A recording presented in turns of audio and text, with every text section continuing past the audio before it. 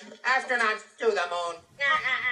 10, 9, ignition sequence start. 6, 5, 4,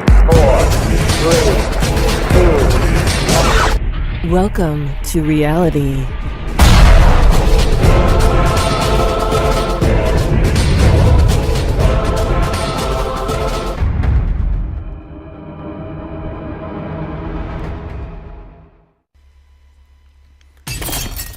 What's going on, everyone? It's Jaronism back with another video for you today.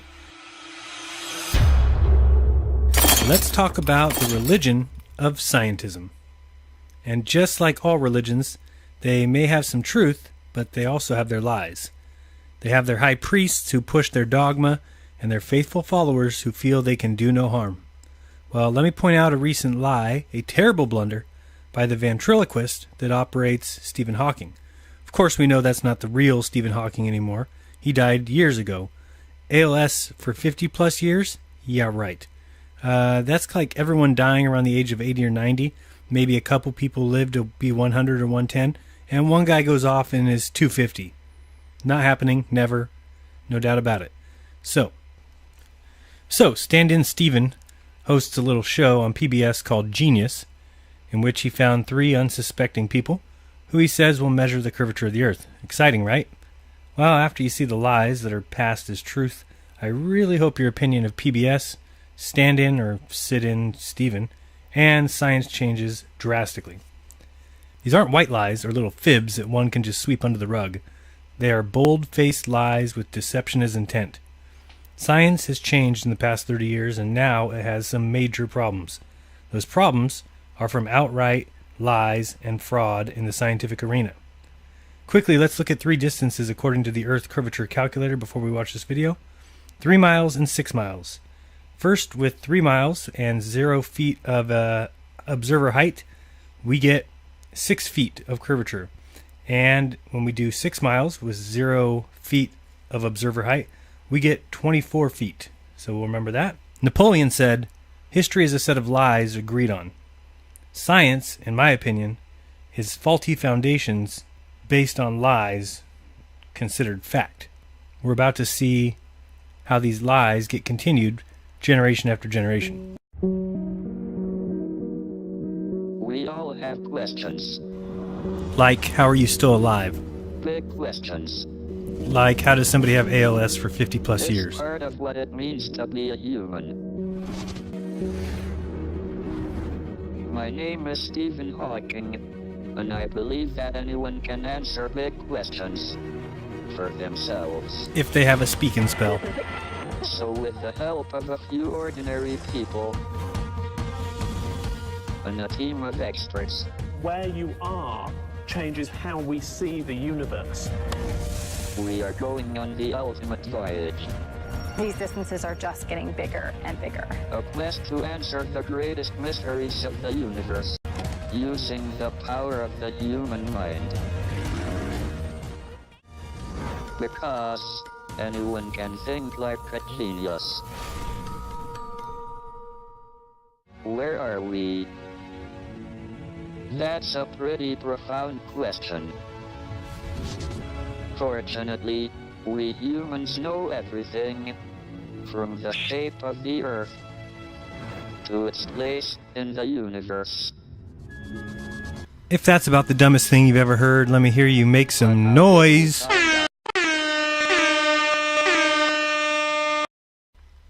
Now, this particular little program or show, whatever Imposter Hawking wants to call it, it hits me and my wife on a very personal level.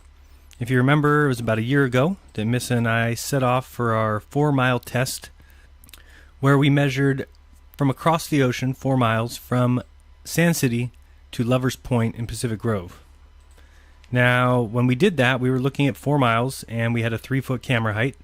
And if we plug that into the Earth Curvature Calculator, we should get a curvature of 2 feet of curve. And there was basically 0. You can see here that we could easily see the green light from 4 miles at 6 inches, and even down to like 4 or 3 inches. Possibly below that is when we lost sight of that. It could be because of the waves or even the beach, who knows.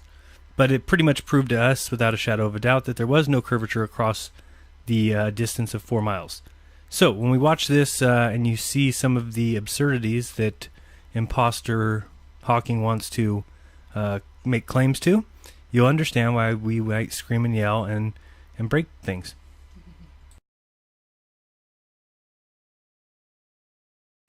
And here you see the calculator for 3 feet eye height, 4 mile distance, and the hidden feet would be 2.35. How big is the first step, and is it really round? This lake holds the secret to the size and shape of the Earth. But can the team work it out? To help them, they need a few tools. 2 feet, 7 inches. First is a powerful laser, which projects a straight beam of light across the surface of the lake. Next, they'll need a boat. If the lake is flat, the laser beam and the water will always be parallel to each other. Seen from a boat, the beam would always stay at the same height above the water, no matter how far you travel into the lake. But does that happen? And can the team work out why? Time to find out. The boat has a whiteboard attached to it, which will be a target. We're looking for the laser beams so that we can mark it on the whiteboard. Oh, it's hitting off that. And we made the first measurement. So you can see the green dot right there on the side of the boat. To me, I marked off those blue lines. It looks like it's about 3.5 feet tall. So remember, it started at 2 foot 7 inches, ends at 3.5, so that's 10 inches of change. And the boat has gone 500 feet. 1/10 of a mile.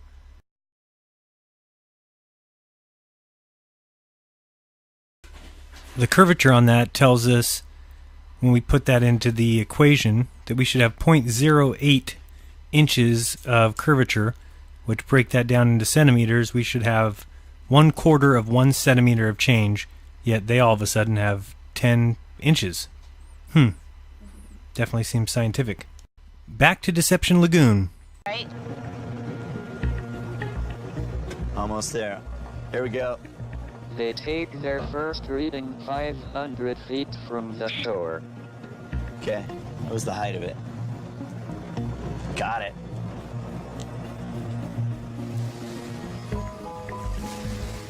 For the next measurement, they'll need to go much further out. Okay, so now I need to go up 3 miles away from the laser. All right. Awesome.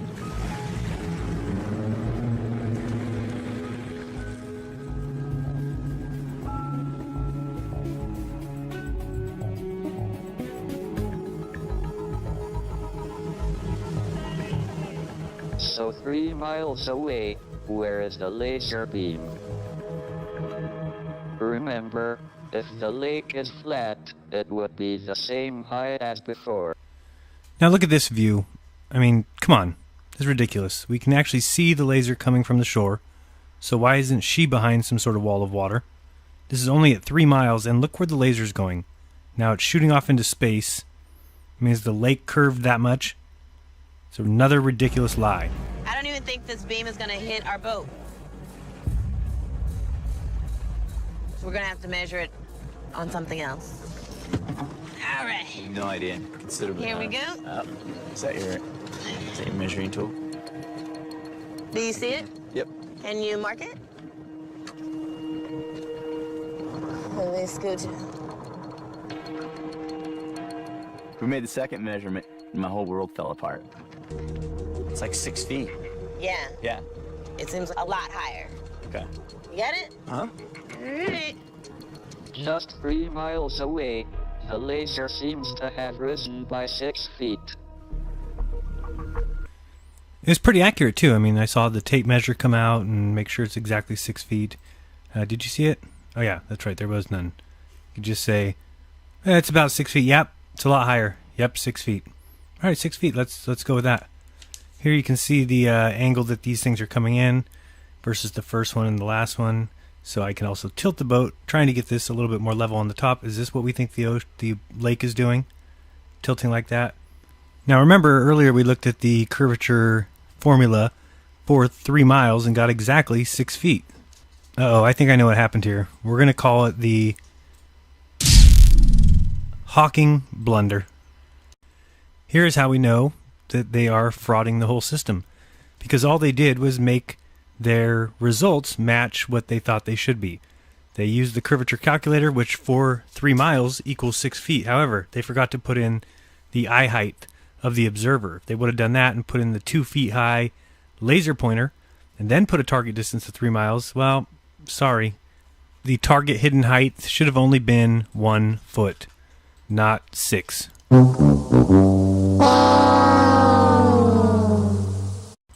That's called science fraud, my friends. Yeah, when you don't do any tests, you just simply try and come to a predetermined result. Well, that's what you get. Hawking. But we know the beam is level. So that suggests that the lake is now 6 feet lower. Oh, so the lake is now 6 feet lower. Yeah, that's counterintuitive, I would think. And you're ruining the minds of other people.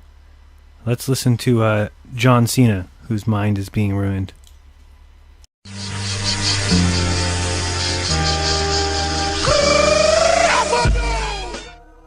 To see a 6-foot drop when everything looked flat to me was kind of mind-boggling.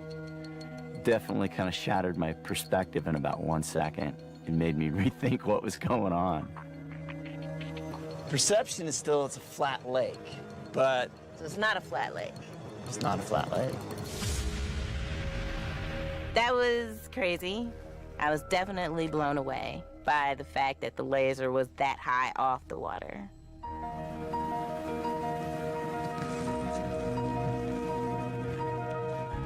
Hey, Hey, Joy. what's up? We're back. So how was it? And the laser was 6 feet up in the air, and we had to use this What? board to mark it. What's cool when we went into the laser? The lake is clearly not flat. It's almost as if it's sloping downhill.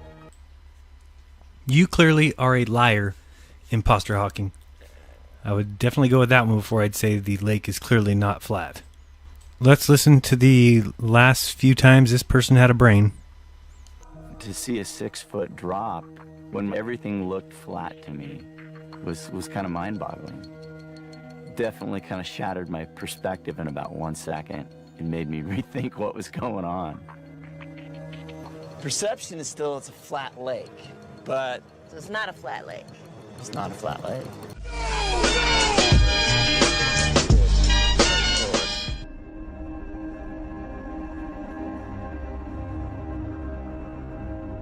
In fact, the first person to measure the Earth accurately was an ancient Greek genius named Eratosthenes.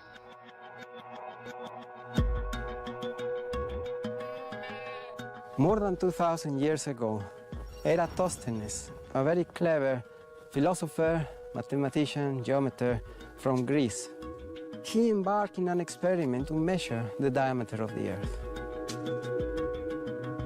If the Earth was flat, anywhere on the flat Earth, at a given time during the day, we will see the sun shining with the same angle. While if it is round, that won't be the case. Eratosthenes had heard that at noon on the longest day of the year, the sun shines directly down the water well in what is now the city of Aswan in Egypt. Here, the sun must be directly overhead. So in another location, 500 miles to the north, he made a second observation, again at noon, on the longest day of the year. The shadow was evidence that the sun is not overhead, but at an angle. By measuring this angle, and knowing the distance between the two locations, He was able to calculate that the Earth is a ball, about 8,000 miles in diameter. All right, folks, let's see here now. Not everyone is brain dead. There's still some people left. Follow along here. Eratosthenes, the great, the genius, the all-time best scientist ever for producing the results that they wanted. Take a look at the light above the table. That's the sun. When we put the item right below the sun, there is no shadow. Then we just move it slightly on the table, and then voila, there's a shadow. Now, based on Eratosthenes and all of science, that means that the table is a ball. So measure the circumference of the ball now, table, and be careful eating on it that you don't spill your milk. Okay, let's get this box open. All right. Yeah. Alright, what do we have here? Tripod. Looks like a tripod. Now, instead of a laser, a telescope will enable our volunteers to look in a straight line to the lake's opposite shore. But that's not the only instrument they'll need. We're wondering, okay, how we're gonna get this next point if it's so high it's past our board. Make sure you pay attention to the height of this helicopter. How tall is it from the bottom to the top?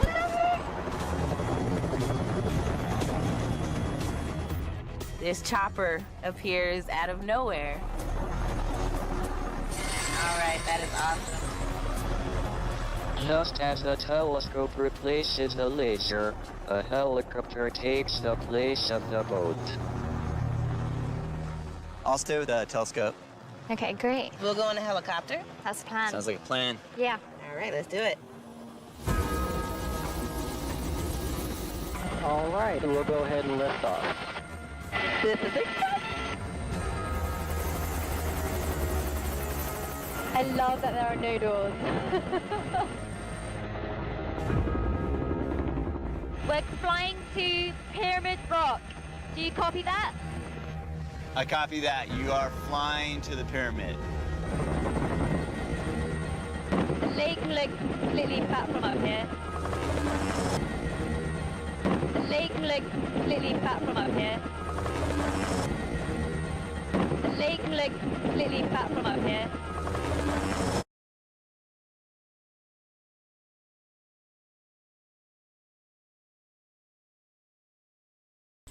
All right, this time we're looking at about a 2.5 foot observer height.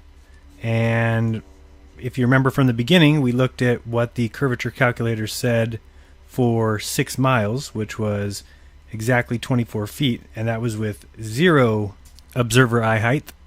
Now, my guess will be, based on the track record of Mr. Hawking, that I bet you they come in at about 24 feet here of curvature. Let's see. But when you put 2.5 feet in as the observer height, which that could even be 3 feet, it's actually 11 feet of curvature in 6 miles. So let's see which one they come up with. Lower will the far shore of the lake appear to be? Jim, we're going to be at the top of the Pyramid Rock.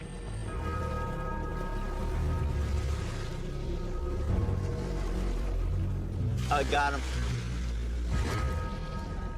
Yeah, I have you on the telescope. Go ahead and land.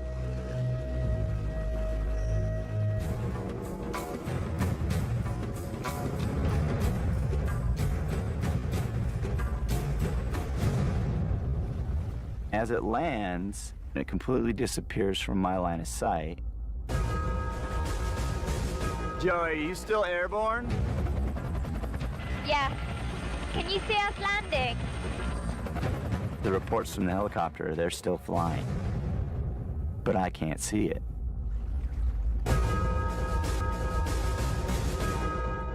To wrap your head around it in that short a time was a little difficult for me. I was like, this is crazy.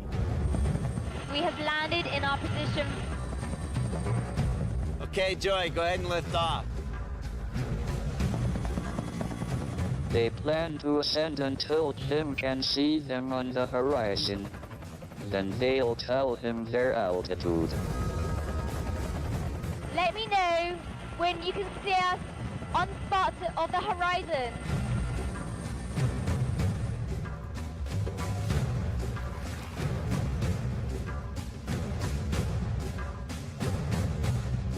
I got him.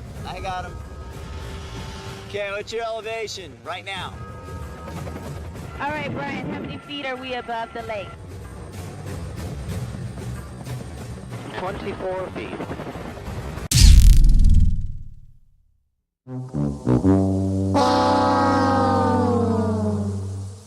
Oh no, it's another Hawking blunder. He forgot the observer eye height. If anybody believes this, I don't know what to say. You need help. That's all I can say. If you think that the helicopter disappeared behind a 24-foot wall of water at this lake, yeah, you're going to need some help. Probably professional. You have a chemical imbalance. And so here's the deal. If anybody wants to make a bet and take science's side in this whole debacle, so you get to pick Team Truth Blocking or Team Hawking, whatever you want to call them, and name the stipulations of the bet, but it's just like we just saw. Same parameters, same setup. I'm betting that this was a fraud. You will not see it replicated. So email me, jeranism@yahoo.com. So we also have to remember that they are in a helicopter that's about 15 feet tall, if you ask me. I don't know. But still, your 15 feet is on top of their altitude. 24 feet! Awesome. Wow. How is it so perfectly on the curvature calculator? It is a lot higher than our other 2 points that we got. That was awesome. It was great. At 6 miles, the lake has fallen 4 times lower than before. So what is going on? It's called fraud. Yeah. Cheating. We can calculate that the Earth's circumference is around 25,000 miles, which matches Eratosthenes' calculation. I still have a hard time wrapping my head around the fact that we measured the Earth at that lake. I'll never look at a lake the same way. I'll never look at a big body of water the same way now that I know it's following the curvature of the Earth. So let's recap here. We had 3 people live, all get brainwashed, and countless thousands, if not millions of others watching from home, all get brainwashed. Congratulations, science. More great evidence and results? I don't know. To see a 6-foot drop when everything looked flat to me was kind of mind-boggling. To wrap your head around it in that short a time was a little difficult for me. I was like, this is crazy. I still have a hard time wrapping my head around the fact that we measured the Earth at that lake. Perception is still it's a flat lake, but The lake looks completely flat from up here. Definitely kind of shattered my perspective in about 1 second. It made me rethink what was going on. To see a 6-foot drop when everything looked flat to me was kind of mind-boggling. And now, intellectual, scientific thoughts by Jeranism. Sometimes I wish I was Buzz Aldrin, and then I remember who Buzz Aldrin is.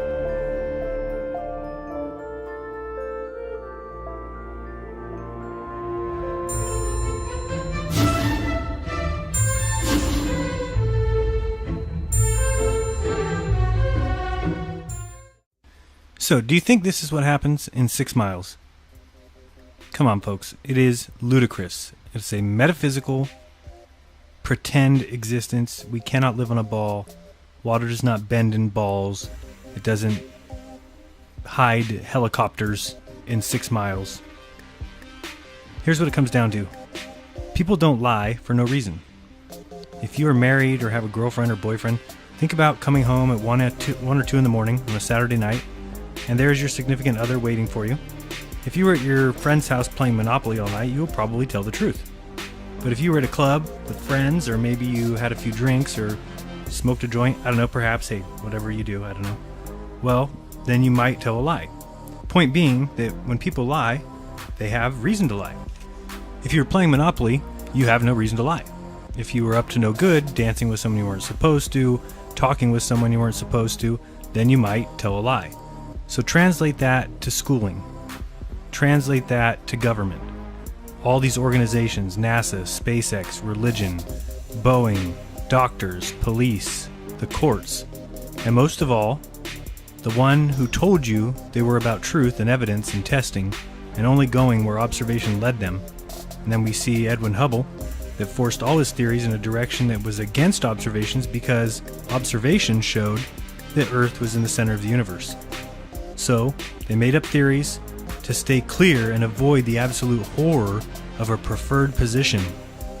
You got Neil deGrasse Tyson, so confused about what science actually is. All he does is drop mics.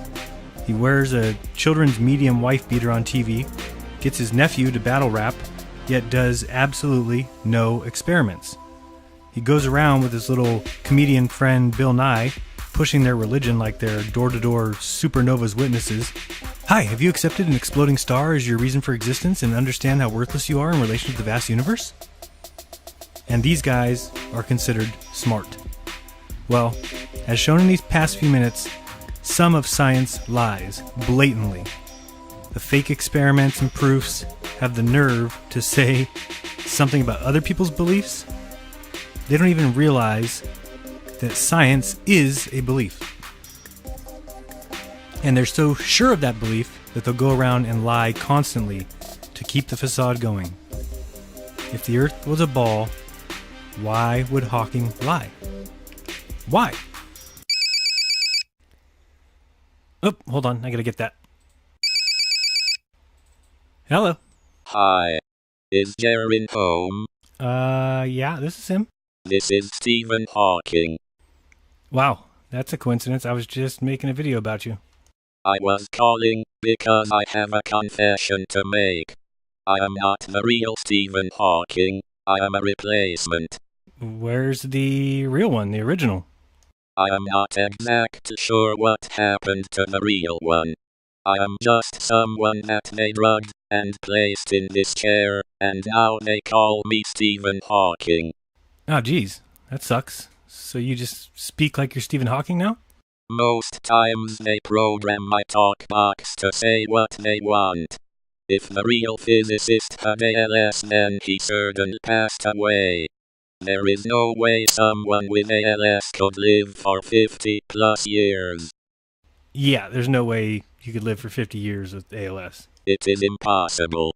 You should go to the official ALS site and read the names of famous people with the disease. You will notice that his name is not there. Maybe he was misdiagnosed and had another disease, and then maybe he is still alive, but I have no idea where he could be. They put me in his place against my will. Interesting. I'll have to check that site out. Steven, I think you're drooling on your cheek sensor. Sorry, that happens a lot. If I speak out, they will make sure I disappear too. I was going to ask you, how did you call me? My handler left to run a few errands, and so I grabbed his phone and dialed your number. Wait, how did you grab the phone? Never mind. I don't have long to talk. If he finds out I used his phone, he might make me go in another parabolic flight. Oh, no. Yeah, you didn't look like you were having fun during that. I think I was asleep. I don't remember this morning, let alone that flight. Hey, at least they're not hitting you physically. Oh no. That's not true. They beat me often. They might punch me in the mouth, and I'll need new teeth again. My teeth change often, as you might have noticed. Yeah, I have noticed. Or worse, he will make me read a Neil deGrasse Tyson book, or watch a Reds Rhetoric video. Both are equal to death in my opinion. Because reasons. They don't. They couldn't. A Reds Rhetoric video? I'm afraid so. They are ruthless. Sometimes I have to watch 2. Not 2. In a row? Yes. Wow. I feel for you. I feel bad that they made me post that video with the laser test and the helicopter. What a load of crap. It was a blatant lie, and it is so sad what science has become. Mm-hmm. They now lie and fake results to experiments just to keep people from looking into what they were taught. They are all pathetic clowns. None worse than the asshats at NASA. They are some clowns. Oh no, I better go. I heard a car. I hope you keep exposing the fraud. I will be here drooling if you need me. Alright, thanks for calling. Take it easy. Bye, yeah.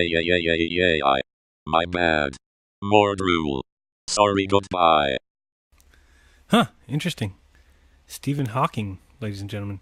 Let's go over to that ALS site he was talking about. Let me see what he means here. So we go ALS. It's alsa.org.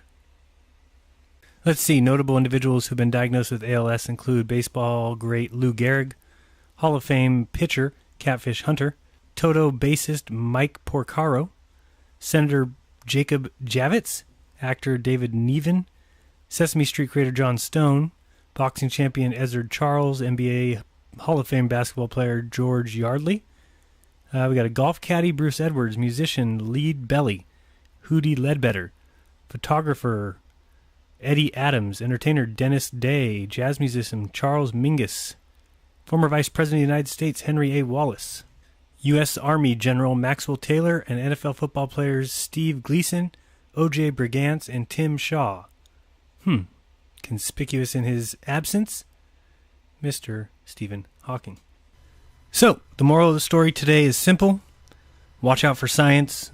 Don't trust it, because science is a liar sometimes. Be kind, don't lie, and I'll let the puppet take us out. Open your mind, there's truth inside. Till next time. Peace.